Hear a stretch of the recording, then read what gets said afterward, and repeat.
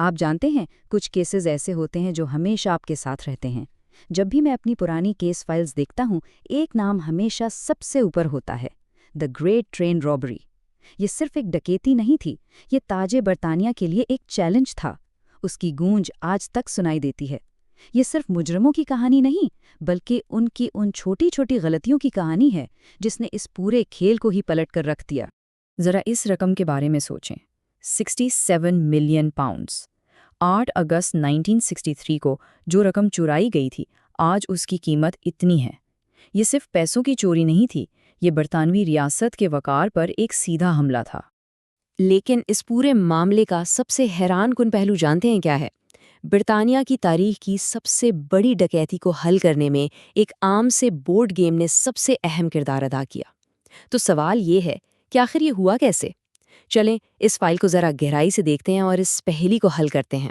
तो इस कहानी को समझने के लिए हमें थोड़ा पीछे जाना होगा, जुर्म होने से भी पहले, क्योंकि सिस्टम में ऐसी कमजोरियां थीं जिनका फायदा उठाने के लिए कुछ लोग तैयार बैठे थे। ये कोई अचानक की गई डकैती नहीं थी, बल्कि ये एक सोची समझी साजिश थी जो निज़ाम की खामियों का इंतजार कर रही थी। जरा तसव्वुर करें, 1960 की दहाई में रॉयल मेल की सिक्योरिटी का सारा दारोमदार इंसानों पर था, भरोसे पर था। कोई डिजिटल ट्रैकिंग नहीं, कोई जीपीएस नहीं, कुछ भी नहीं। आज के दौर के मुकाबले में जहां हर चीज़ पर नज़र रखी जाती है, उस वक्त का सिस्टम एक खुले दरवाजे जैसा था, और यही वो कमज़ोरी थी जिसने मुजरिमों को अंदर आने की दावत दी। तो असल में हुआ ये था, मुजरिमों का एक आदमी रॉयल मेल के अंदर बहुत ऊंची पोस्ट पर था। उसी ने उन्हें सब कुछ बताया। उसी ने बताया कि जिस रात डकैती होनी है, अलार्म वाले तीनों महफूज डब्बे जानबूझकर आउट ऑफ सर्विस कर दिए जाएंगे। उनकी जगह एक पुराना गैर महफूज डब्बा लगाया जाएगा। और सबसे बड़ी बात, बैंक हॉलिडे की वजह से उस दिन ट्रेन में मामूल से 12 गुना ज्यादा कैश था। ये सब इत्तेफाक नहीं था, ये एक जाल था जो बिछाया गया था। तो अब स्टेज तैयार था। चलते हैं डकैती की रात की तरफ, जहां महीनों की मंसूबाबंदी को हकीकत में बदलना था। हर चीज को बड़ी बारीकी से प्लान किया गया था। शाम 6:50 पर मेल ट्रेन ग्लासगो से निकलती है। सब कुछ नॉर्मल था। फिर रात के अंधेरे में डाकुओं का गैंग सीयर्स क्रॉसिंग पर झाड़ियों में छुप जाता है। ठीक रात 3 बजे वो अपना काम शुरू करते हैं। 3:03 पर ड्राइवर जैक मिल्स सुर्ख बत्ती देखकर ट्रेन रोकता है, और सिर्फ 12 मिनट के अंदर इंजन और पहले 2 डब्बों को अलग करके आगे बढ़ा दिया जाता है। सब कुछ एक फौजी ऑपरेशन की तरह, बिल्कुल परफेक्ट। तो सवाल ये है कि आखिर उन्होंने एक चलती ट्रेन को रोका कैसे?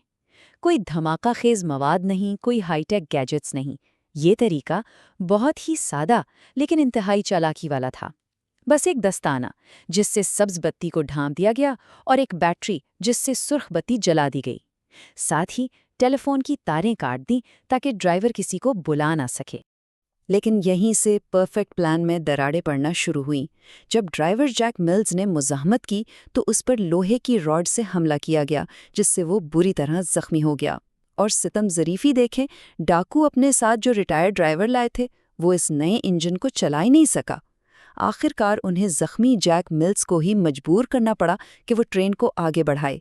ये उनके प्लान की पहली और सबसे बड़ी नाकामी थी। उन्होंने डकैती तो कर ली, लेकिन भागना वो एक बिल्कुल अलग कहानी है। जैसे ही पैसे उनके हाथ आए, उनकी सारी प्रोफेशनलिज्म जैसे हवा में उड़ गई।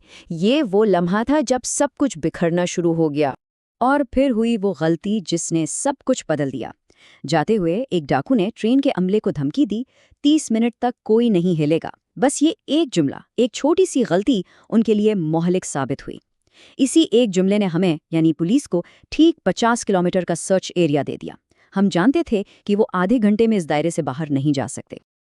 देखें, उनका सबसे बड़ा दुश्मन पुलिस नहीं थी, उनका तकब्बुर था। वो अपने ठिकाने लीडर स्लेड फार्म हाउस पहुंचे और जश्न मनाने लगे। वो चोरी के असली नोटों से मोनोपोली खेल रहे थे। वो समझ रहे थे कि अब उन्हें कोई नहीं पकड़ सकता। इस वक्त के 2.5 मिलियन पाउंड्स की रकम आपस में बांटी गई। हर बड़े मेंबर को तकरीबन 1.5 लाख पाउंड्स मिले, जो 60 के दहाई में पूरी जिंदगी की कमाई के बराबर थे। लेकिन यही दौलत उनकी बर्बादी की वजह बनी। लेकिन ये सारी दौलत बेमायनी थी, क्योंकि वो पीछे एक ऐसी चीज छोड़ गए थे जो इस पूरे केस को खोल कर रख देने वाली थी।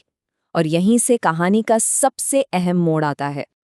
जब मेरी टीम इस फार्म हाउस पहुंची तो वो जगह सबूतों का खजाना थी। जिस आदमी को उन्होंने सबूत जलाने के पैसे दिए थे वो पैसे लेकर भाग गया। हमें वहां खाली बोरियां, एक ट्रक और खाने पीने का सामान मिला। लेकिन सबसे अहम चीज वो मोनोपोली का सेट था जिस पर डाकुओं की उंगलियों के निशानात साफ मौजूद थे। ये बात याद रखनी चाहिए कि ये डीएनए से पहले का दौर था। उस वक्त फिंगरप्रिंट्स ही सब कुछ थे। हमारे लिए ये सोने के बराबर थे। और क्योंकि इन सब मुजरमों का पहले से क्रिमिनल रिकॉर्ड था, इसलिए उनके फिंगरप्रिंट्स हमारे रिकॉर्ड से मैच कर गए। एक एक करके इस मोनोपोली गेम ने पूरे गैंग का पर्दाफाश कर दिया।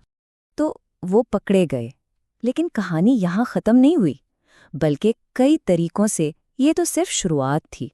इस जुर्म ने एक बहुत गहरा निशान छोड़ा, एक बहुत बड़ा निशान।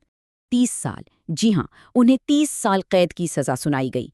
1960 की दहाई के हिसाब से ये एक गैर मामूली सज़ा थी। जज एक पैगाम दे रहा था, आप ताज बरतानिया से नहीं टकरा सकते। अखबारों ने उन्हें हीरो बना दिया, इसे खून खराबे के बगैर डकैती कहा, लेकिन ये एक झूठ था। ये बात ज़रा जैक मिल्स को बताएं। वो ड्राइवर जिसे उन्होंने लोहे की रॉड से मारा था, वो दोबारा कभी ट्रेन नहीं चला सका और इस सदमे की वजह से सिर्फ 7 साल बाद उसकी मौत हो गई। ये है असल कहानी, कोई लोक कहानी नहीं। तो हमने ज़्यादातर लोगों को पकड़ लिया। 16 में से 14 लोग गिरफ्तार हुए, लेकिन दो लोग हमेशा के लिए बच निकले। वो जैसे हवा में गायब हो गए। और इन सब में सबसे बड़ा राज, वो अंदर का आदमी, रॉयल मेल का वो मुखबिर जिसने ये सब मुमकिन बनाया। हम उसे कभी नहीं पकड़ सके।